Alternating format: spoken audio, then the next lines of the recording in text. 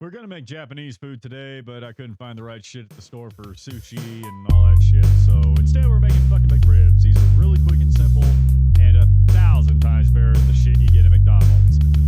Simply because, well, at McDonald's